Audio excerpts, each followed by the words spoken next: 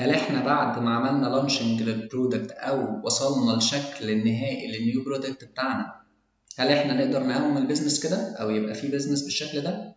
الاجابه لا. عشان تقوم برودكت مظبوط وتلانش بيزنس مظبوط محتاج تحط بيزنس بلان. بيزنس بلان فيها تفاصيل كتير قوي لازم نبقى فاهمينها برضو. لازم تبقى فاهم البيزنس بيتحط ازاي، الشركه بتتاسس ازاي.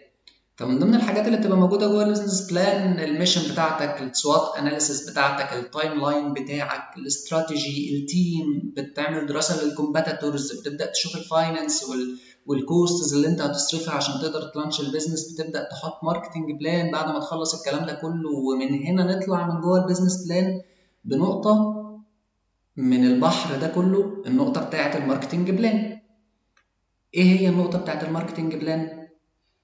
الماركتنج بلان هي النقطة اللي بيطلع من بعديها السيلز. فمن هنا ابتدينا نقرب لدورك كسيلز في البروسيس. ايه هي الماركتنج بلان؟ ماركتنج بلان ببساطة الخطة التسويقية للمنتج اللي انت انتجته او اللي انت هتقدمه، سواء كان بشكل ايتمز او ديفايسز او ريتيل، او كان بشكل سيرفيسز، خدمة. في الاخر هو منتج، سواء كان خدمه فهو منتج، زي ما وضحت لكم في المثال بتاع التامين او الانشورنس، هي في الاخر خدمه بس تقدر تقدمها از برودكت كمنتج. ميديكال انشورنس، كار انشورنس، لايف انشورنس، دي برودكت تقدر تقدمها. فبتبدا تحط الماركتنج بلان بتاعتك للمنتج ده. انا هسوقه بشكل عامل ازاي؟ البراند بتاعي ايه؟ اللوجو بتاعي عامل ازاي؟ هعمل ادفرتايزنج واعلانات بقد ايه؟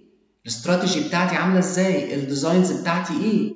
هبيلد تراست ما بيني وما بين العميل ازاي؟ وهنركز جدا في البيلدنج تراست دي لان دي مرحله من المراحل المهمه جدا في اللانشنج لاي نيو بزنس. الايدنتيتي بتاعتي عامله ازاي؟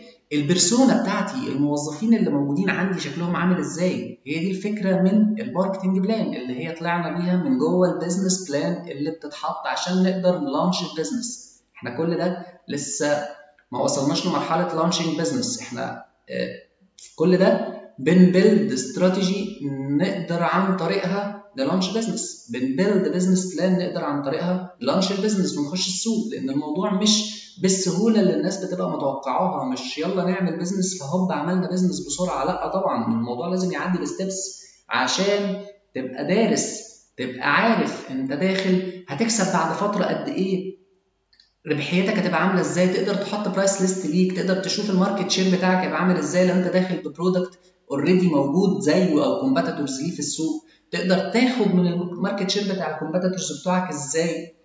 هي دي يا جماعه فكره البيزنس، ازاي نقدر نعمل بيزنس. فمن هنا بنبدا نحط الماركتنج بلان بتاعتنا.